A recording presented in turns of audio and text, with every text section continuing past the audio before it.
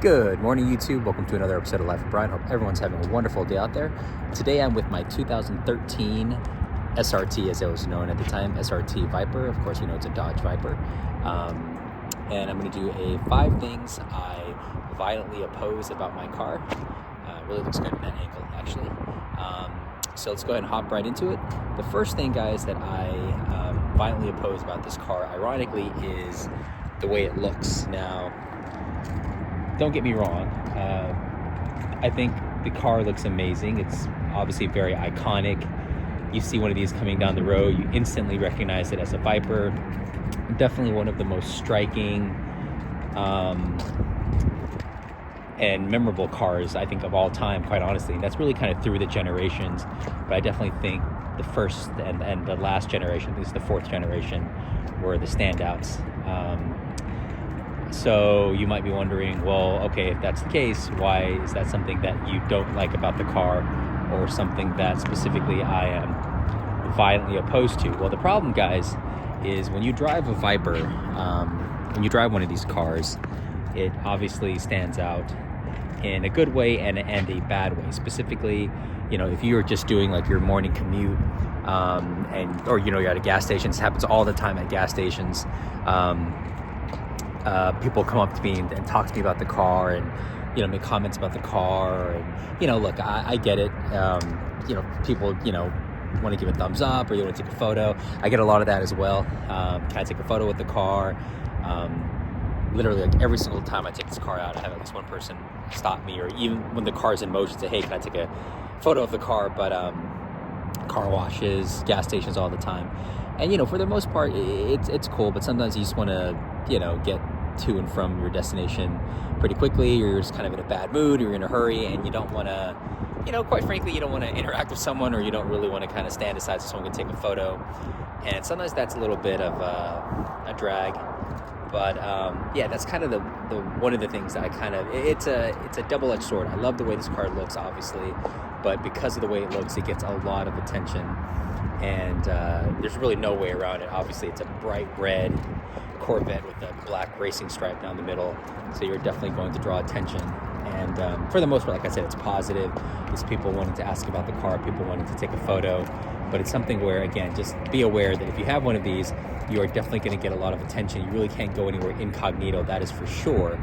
And you're going to get a lot of requests for photos. You know, have you done anything in the car? How does it drive? How fast is it? What's the horsepower? That sort of deal. So just something to keep in mind if you actually end up getting one of these.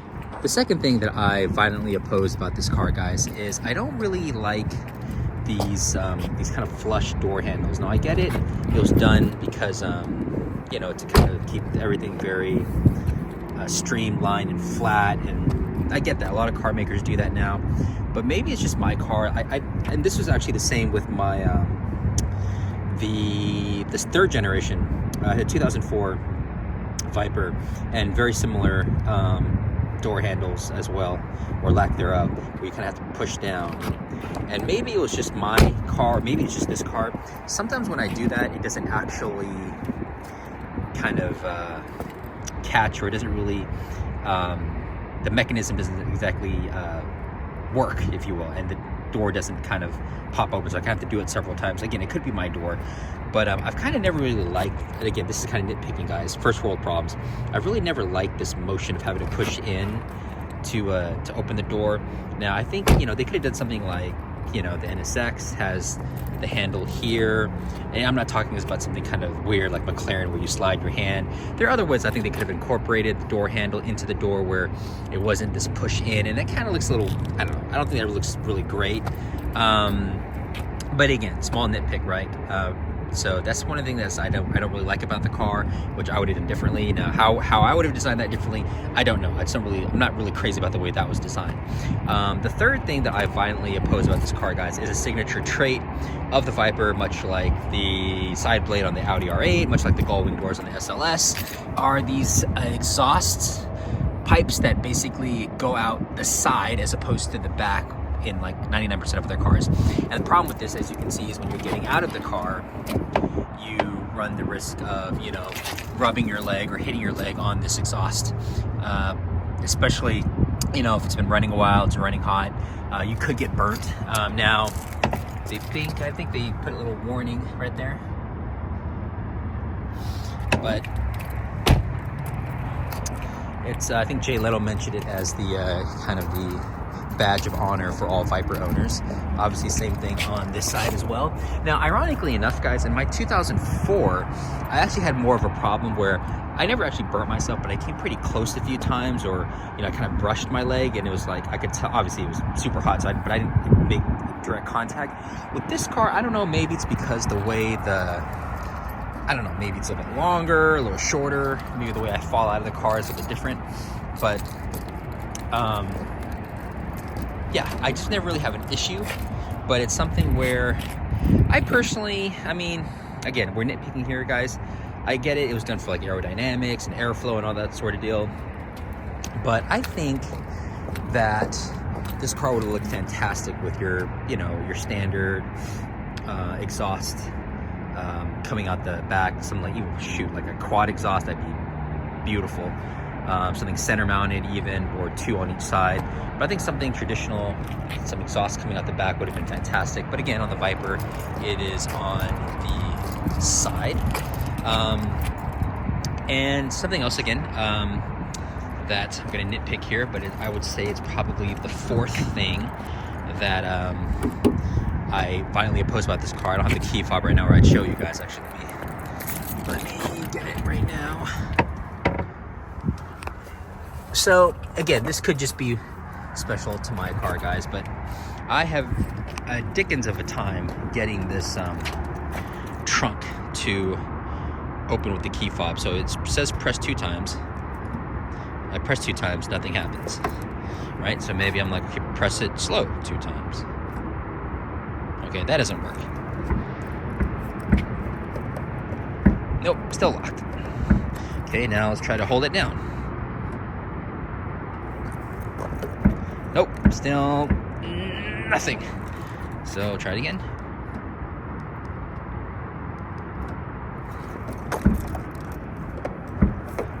Yeah, I cannot for the life of me figure out how to open that with the key fob. Now, there's a button somewhere here. Where is that button? Now, you guys can tell how little I drive this car, and I'm not bragging about that. I actually really like this car. I just don't really drive it that much.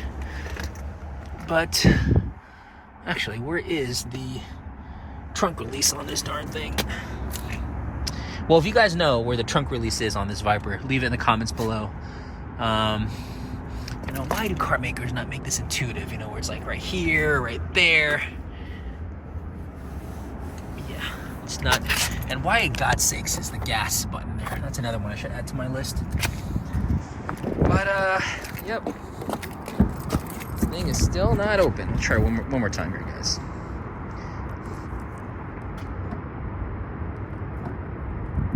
I hear a click, but nope, still not open. Well, anyways, we'll figure that out later.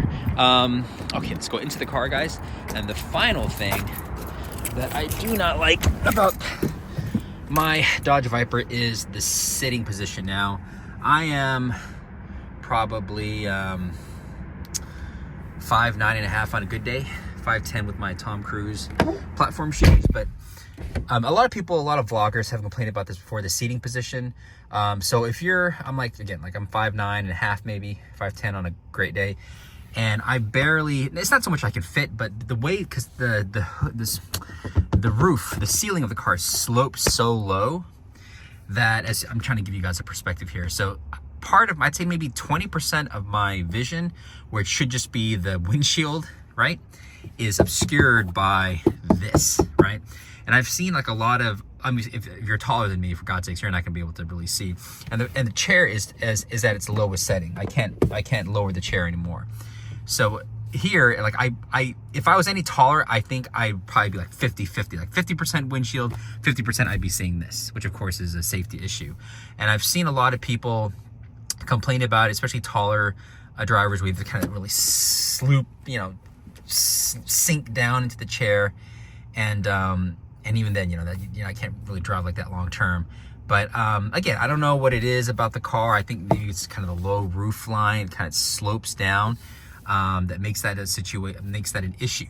But I've seen a lot of people complain about that, and luckily that's not too much of an issue for me. But it is something that, you know, like I said, like if I'm looking at the road, it's kind of probably like this, you know, where like this much is obscured instead of like in a normal car, normal sitting position, you should see everything.